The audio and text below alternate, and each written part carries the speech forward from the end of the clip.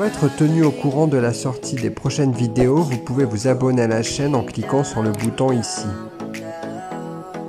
Bonjour à tous, cette année Koh Lanta fête ses 20 ans et pour célébrer comme il se doit cet anniversaire, TF1 a décidé de diffuser une saison spéciale de son célèbre jeu d'aventure. Dans Koh Lanta la légende, la crème de la crème des aventuriers s'affronte durant 36 jours en Polynésie française. Parmi ces 20 candidats emblématiques, on retrouve Clémence, Sam, Jade, Théoura, Kumba ou encore Claude, le recordman toute catégorie de victoires individuelles. Au programme pour eux, une survie encore plus extrême et des épreuves plus difficiles. Le producteur Julien Magne résume ainsi « Il pensait tout connaître de Koh Lanta et pourtant ». Qui dit Koh Lanta dit forcément Denis Brognard, l'animateur star de l'émission qui parvient à réunir plusieurs millions de téléspectateurs chaque vendredi soir depuis plus de 20 ans. Tout de suite, je vous propose de découvrir une interview podcast de Denis Brognard enregistrée à l'occasion de la conférence de presse de cette nouvelle édition. C'est parti! Denis, que pouvez-vous nous dire sur cette édition All Stars? Franchement, c'est une saison de dingue. Mais c'est une saison de dingue parce que les candidats sont déjà incroyables, motivés, et parce que je crois qu'on a réussi à les surprendre. Il n'y a rien de pire, je vous dis. C'est le candidat qui arrive. Bah ouais, non, mais ça je connais. Non, mais si tu vas voir, on va faire ça, tu vas voir. Mais non, mais c'est normal. Normalement, c'est toujours à ce moment-là qu'on fait ça. Et là, moi, tous ceux, au moment où ils sortent, au moment et même jusqu'à la fin, m'ont dit putain, vous nous avez quand même bien vu. Parce que ça, on pouvait l'imaginer. Mais ça, non. Ça, non. Et vous n'êtes pas au début de vos surprises. Enfin, c'est ça, quand vous les voyez. Déjà, ils sont heureux d'être ensemble. Ils sont heureux de se retrouver. Et pas uniquement le petit Sam. Oh là Lui, comme un enfant. oh là là. Non, mais vous savez, vous me disiez 20 ans, c'est vrai, 20 ans, c'est dingue. C'est une génération, c'est une demi-vie professionnelle. Globalement, on travaille 40 ans dans sa vie, enfin, plus ou moins maintenant. Mais et vous êtes encore surpris. Est-ce que vous continuez à être surpris par ces aventuriers que vous connaissez bien? Bien sûr qu'ils me surprennent, parce que Koh Lanta est un révélateur de surprises et d'émotions. Et moi, de temps en temps, ils me mettent limite les larmes aux yeux, la chair de poule, c'est sûr. Denis, vous vous attendiez à les voir aussi bien préparés physiquement? Et ce sont des gens qui, tous font beaucoup de sport dans leur vie, indépendamment de Koh Lanta. C'est-à-dire que ce sont des gens qui sont taillés pour l'aventure presque H24 et 12 mois sur 12.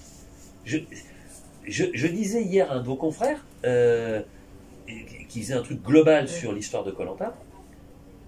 J'ai pas l'impression qu'ils se préparent plus qu'avant. J'ai pas cette impression-là. Et on le voit, regardez, à chaque fois, ils sont incapables de se servir d'une boussole pour certains d'entre eux, tout ça. Voilà. Je vais vous dire, le seul qui s'est préparé, je pense, spécifiquement, là, c'est Sam. C'est Sam, comme... Parce qu'il fait de l'équilibre, parce qu'il fait des machins, etc. Mais les autres, un mec comme Claude, il fait 70 km de footing par semaine. Un mec comme Théoura, il fait du sport. Alors, évidemment, si tu as 2 petits kilos en trop, tu sais que tu pars à Koh Lanta, tu vas essayer de sécher un peu. Mais il n'y a pas, tu sais, une préparation spécifique. Et j'irais même à l'encontre de ce que tu dis, c'est-à-dire que moi, je suis surpris qu'ils ne se préparent pas plus. Et qu'il n'y ait pas, au fil des années, des mecs qui arrivent en me disant « Putain, mais j'ai fait de la slackline pendant 4 mois. En équilibre, j'étais pas très bon, mais j'ai progressé. » Est-ce qu'on anime une édition All Stars de la même manière qu'une saison traditionnelle? Non, c'est pas pareil qu'une saison traditionnelle, parce que je les connais par cœur, je les tutoie dans la vie. Mais ce qui est la force de Koh Lanta dépasse tout ce qu'on peut imaginer. C'est-à-dire que même si un Claude, pour ne pas le citer, aurait tendance à me tutoyer, « Denis », dès que je leur annonce que c'est épreuve d'immunité individuelle, etc., c'est terminé. Et puis, j'ai cette expérience aujourd'hui et cette distance avec eux, et en off, j'ai fait le début, et à un moment, on coupe, et je leur dis, bon, à partir de maintenant, voilà, aucun passe-droit, rien du tout, il n'y a pas de tutoiement, il n'y a pas d'aparté, il n'y a rien. D'accord. Et vous n'avez pas vu le conseil, mais ça part, et pour que moi, mon rôle soit garanti, il faut que j'ai cette distance avec eux. Et la force, c'est le programme. Moi, je ne sais pas si c'est une qualité ou pas, mais je fais abstraction de totalement ça. Et je vais te dire, et ils me l'ont même dit, je pense que je suis plus dur avec ceux que je connais le mieux. Je ne vous dirai pas qui, mais voilà, à un moment, on en parlait hier en dînant, Et elle me dit, putain, tu te rends compte de ce que tu m'as dit à ce moment-là? J'ai dit, ouais, mais putain, et tu te rends compte de ce que tu venais de dire, toi? Et au niveau de la stratégie, vu que la plupart des candidats se connaissaient déjà, ça change d'un koh normal? Vous ne pouvez pas faire abstraction de ce qui s'est passé. Mais il y a tellement de rebondissements. Il y a tellement d'affinités qui se créent, qui se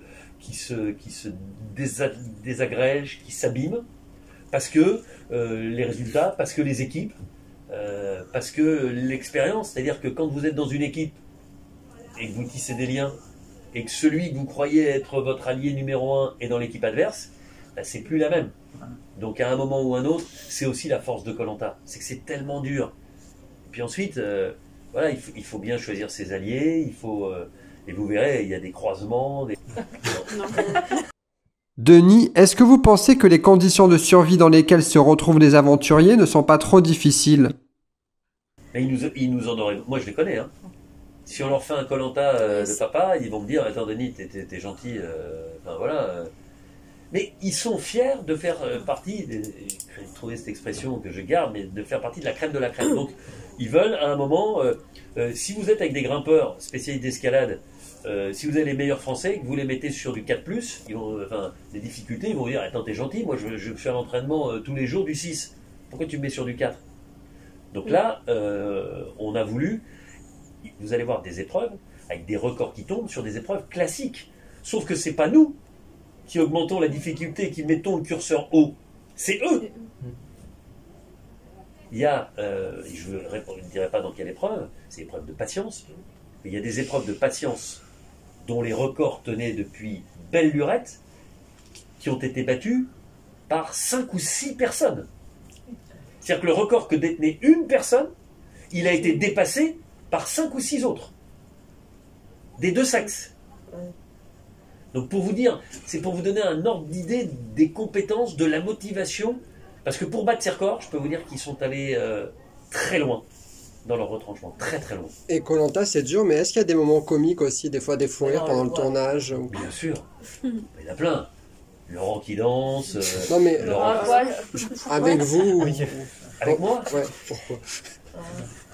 Bon, bah, alors, c'est sûr qu'il y a une proximité générale avec les aventuriers. Voilà, de temps en temps, il y a un peu de off, voilà, où je leur parle. Par exemple, après une épreuve où ça se passe vachement bien, où ils ont été super forts, on peut en parler. Je vous parlais d'épreuves de patience. Je peux les chambrer aussi. Pour aussi, il y a toujours une petite idée derrière la tête. Je vous donne un exemple. Un aventurier ou une aventurière, sur une épreuve de patience, tombe très vite. On en est à 2 heures d'épreuve. Je peux très bien dire, ça fait 2 heures que vous êtes encore en position, et ça fait 1h55 que machin est tombé. Tu vois, donc ça fait marrer, mais il y a quand même quelque chose derrière. Quand tu es celui qui est tombé depuis 1h55, tu te dis, merde, la prochaine fois, j'essaierai de pas être celui qu'on va montrer du doigt. Voilà, mais je les connais par cœur. Je les connais bien, je connais leur sensibilité. Mais il faut aussi, on parlait de Laurent, Laurent il aurait tendance à être plus friendly, parce qu'il en a besoin. Parce qu'il en a besoin. Puis il y en a qui sont plus distants, naturellement, puis qui ont besoin de se concentrer, qui n'ont pas envie de se disperser. Mais ouais, on se marre. Sur certaines performances, on se marre. Entre les prises surtout, ouais. Ouais, bah oui, parce que le but du jeu, c'est pas une émission où on se marre, tu vois. Quand t'es au départ du 100 mètres, t'as autre chose à foutre que de faire la musée de la galerie, quoi.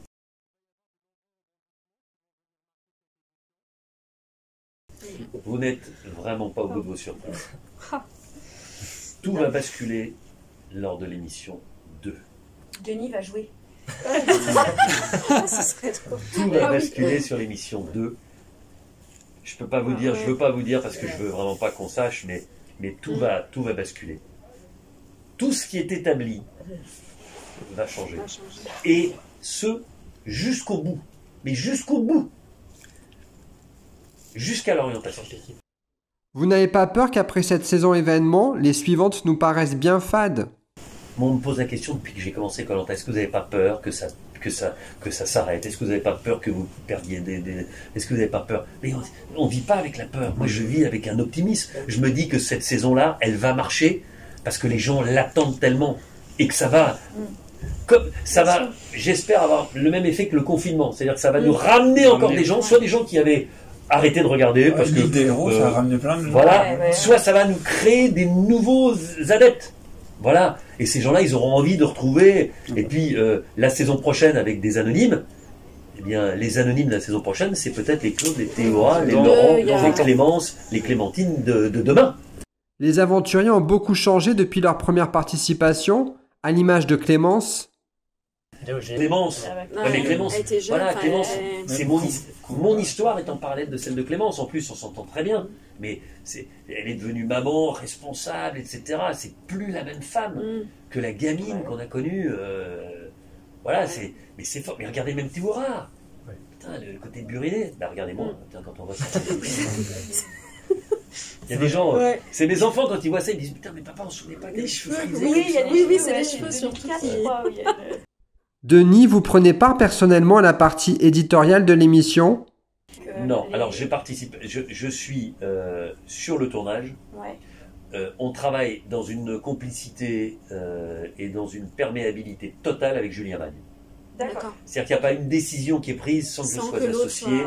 Et on a besoin, c'est-à-dire que Julien et moi, on est en perpétuel brainstorming pour adapter ce qu'on a fait, qu'est-ce qu'on fait, comment on joue, à quel moment. Donc il y a votre patte quand même sur chaque... Toujours. Ok. Ben, je suis le seul avec un ingénieur du son. On n'est que deux à avoir tout fait. C'est ça, ouais. Donc voilà, et en plus j'aime ça. Et alors je dirais que sur tout ce qui est péripéties, tout ce qui est vie sur le camp, voilà, il y a une chef de projet, etc. Mais tout ce qui est épreuve, tout ce qui est concept de base, voilà, on passe notre temps avec Julien à se challenger, à se dire tiens, comme ci, comme ça.